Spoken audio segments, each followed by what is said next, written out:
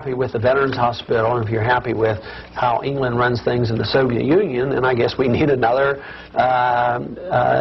move in the direction of socialized medicine. Government now, even though we don't have a major national program, government now delivers 60% of the health care in this country.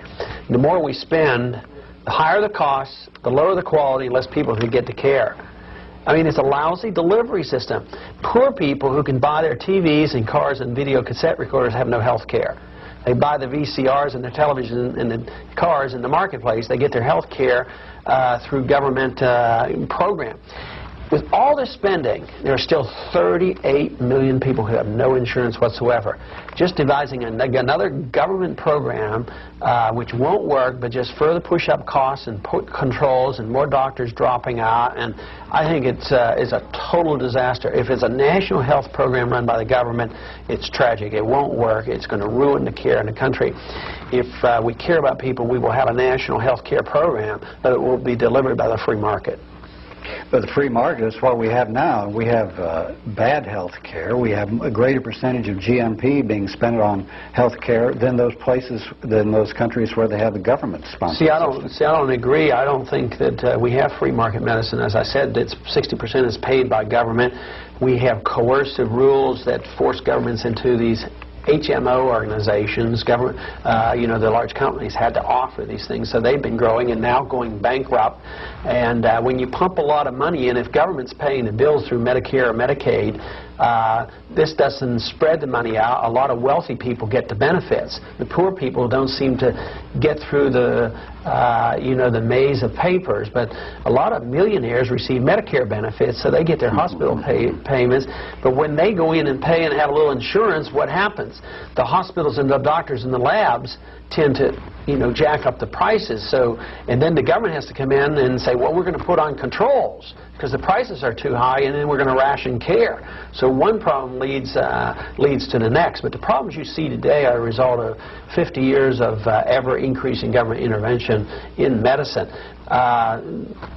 The government doesn't pay for 60% of our automobiles, but they pay for 60% of our medical care. The automobile prices are high, but they're not as high proportionally speaking. Cost of automobiles is going up at the rate of about 4 or 5% a year. The cost of medical care is going up about 15 or 20%. Government's in education. They're in college education. They're always subsidizing college education. Always the guy that doesn't get to go to college has to subsidize the guy that gets to go.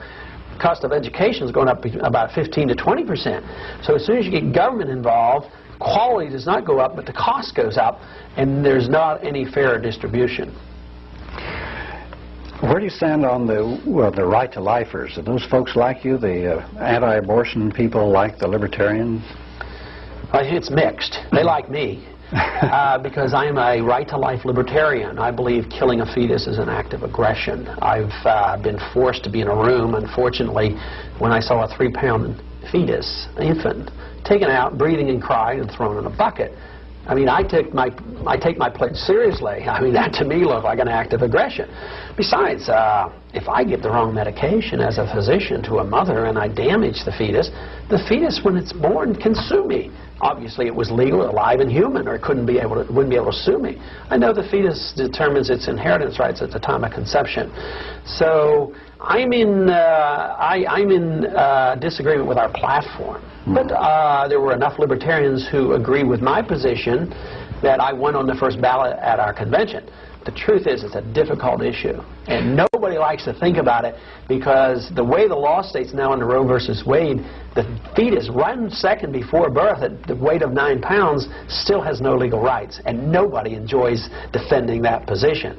Very difficult, because I, as a libertarian, I don't like to interfere with the privacy of a woman either. But how are we going to deal with this? I think we have to have respect for human life, or we can't have respect for individual liberty and the right to smoke a cigarette.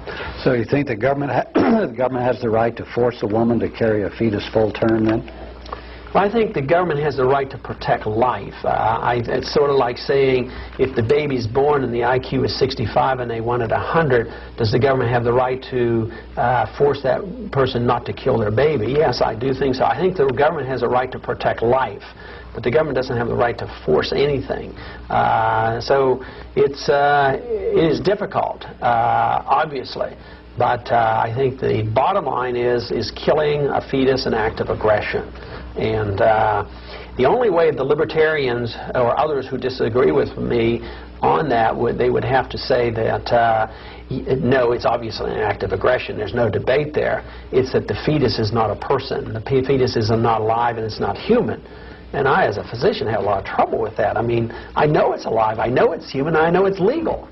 So this is very unique, and I don't advocate any federal laws. I don't even, we libertarians nor this system that we have advocated federal laws to deal with theft or murder or anything. It's all handled by the state. So I think that the states would handle it differently. I think courts would handle it differently. I think juries would handle it differently. But I think under my ideal situation, we wouldn't have people having abortion on demand and using it as birth control and having a careless attitude about life, and instead of having less illegitimate pregnancies or births, illegitimate or unwanted pregnancies, now it actually, it was intended to help difficult situations.